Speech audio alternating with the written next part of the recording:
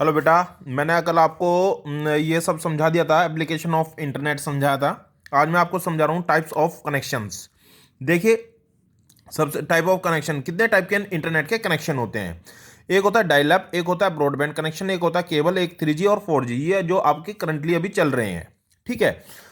सबसे पहले हम समझते हैं डायल अप कनेक्शन क्या होता है। Dial up connection user telephone lines to the connect computer to the internet.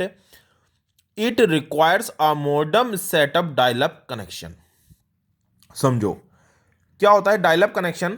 मैं आपको बताता हूं। डायल अप कनेक्शन एक हमारा टेलीफोन होते थे पहले, जो पहले वायर वाले टेलीफोन लाइन होती थी, उनके साथ हमें एक, अगर हमें इंटरनेट की कनेक्टिविटी चाहिए होती थी, तो हमें उस टेलीफोन लाइन के साथ एक मोडम प्रोवाइड कराती थी company.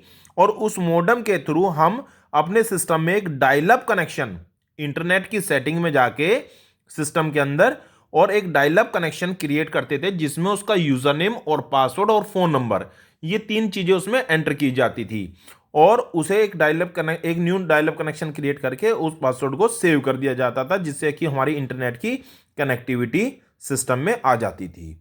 This type connection does not permit users to make और receive phone calls through their telephone device while using the internet. Dial-up connection is slow in speed, also makes very loud dial-up sound when connecting the internet.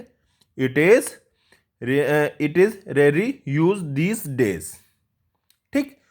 Mainly क्या है कि मतलब company हमें क्या कराती थी, अगर हमें इंटरनेट चाहिए होता था। अब तो क्या है कि वाईफाई है, बहुत सारे सिस्टम्स हमारे पास है, बहुत सारे इंस्ट्रूमेंट हैं जिससे हम इंटरनेट कनेक्ट कर सकते हैं।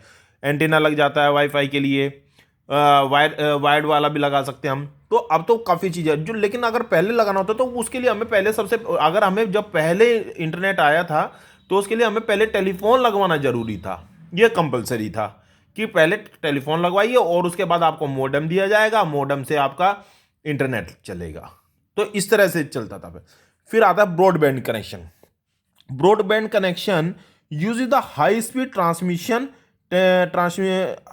Transmission technology such as digital subscriber line, DSL, cable, modem, wireless, satellites, etc. to provide the internet connection. This connection is reliable and the fast in speed.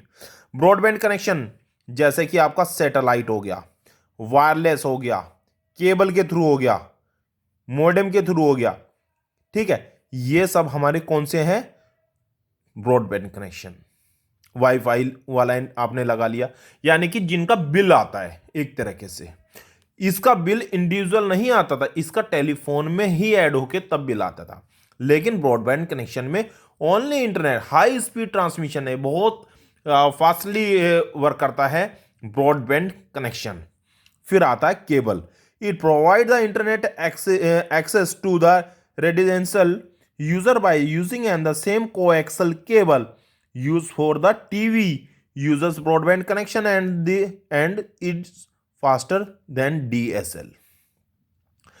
Cable, cable जो हमारी dish वाली cable होती है, मैं आपको बताता हूं, जो केबल ऑपरेटर वाली केबल होती है, वो केबल हमारी होती है उस केबल को हम बोलते हैं कोएक्सल केबल। केबल हमारी तीन टाइप की होती हैं। कौन कौन सी होती हैं?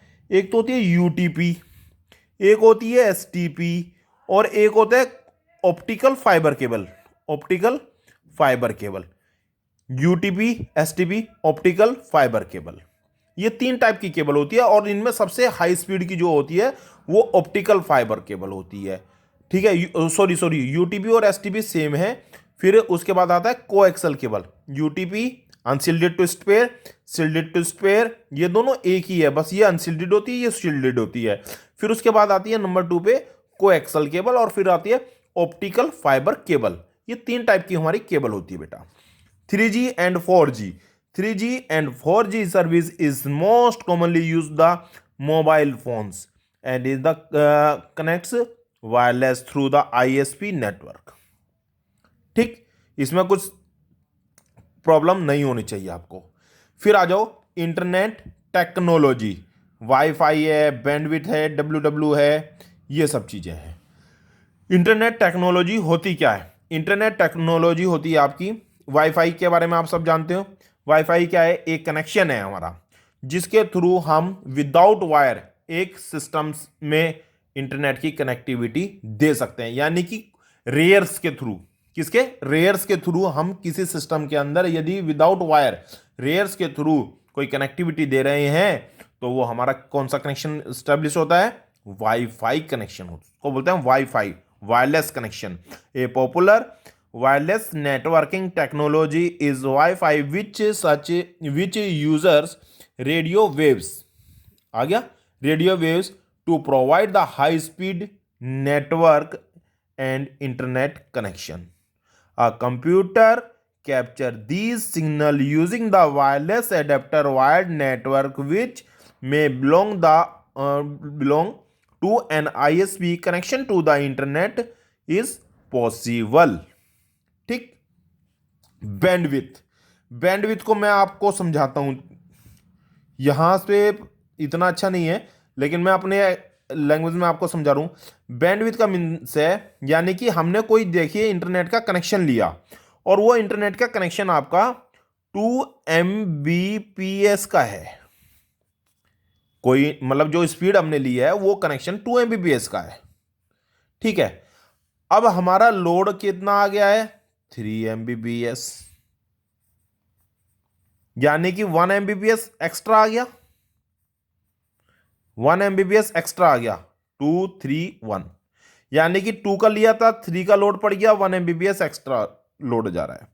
यानी कि जितना लोड है उससे ज्यादा अगर उस पर वर्डन डाल देते हैं तो वो हमारा बैंडविड्थ कहलाता है। यानी कि जो ये 2 Mbps का कनेक्शन है हमारा, ये एक ISP का बैंडविड्थ है। कुल मिला के बात ये है, नहीं समझे?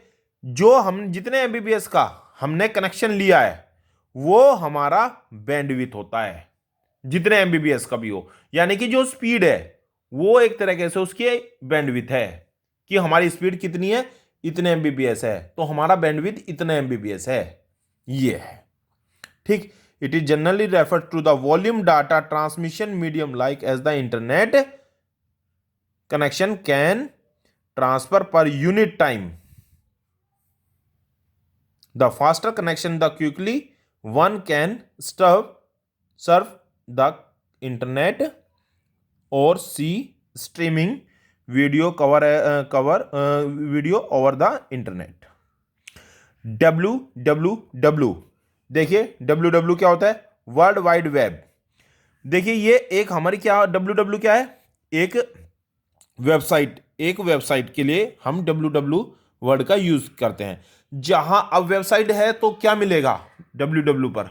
बहुत सारी इंफॉर्मेशन, कलेक्शन ऑफ इंफॉर्मेशन कहां पर मिलेगा? www के अंदर।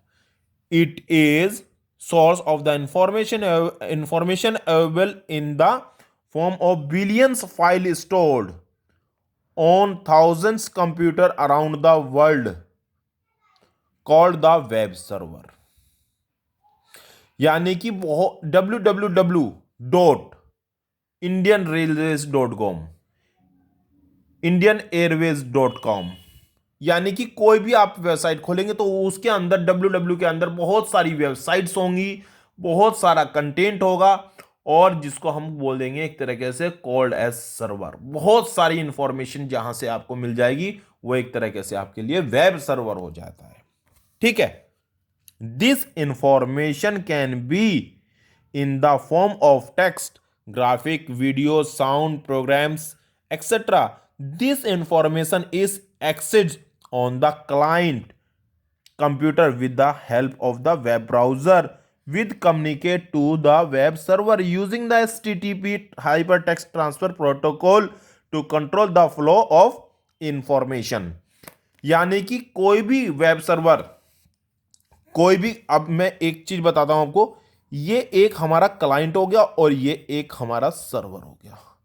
कोई भी क्लाइंट से सर्वर को यदि हम रिक्वेस्ट भेजते हैं तो किसके थ्रू भेजेंगे? एक वेब ब्राउजर, एक वेब ब्राउजर के।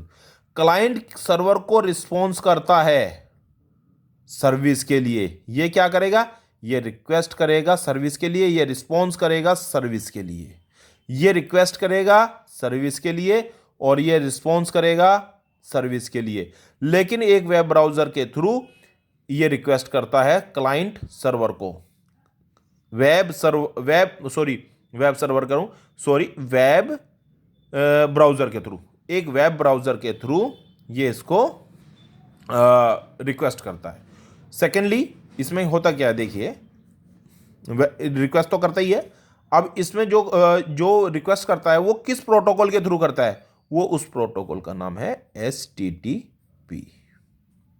ठीक, ये हमारा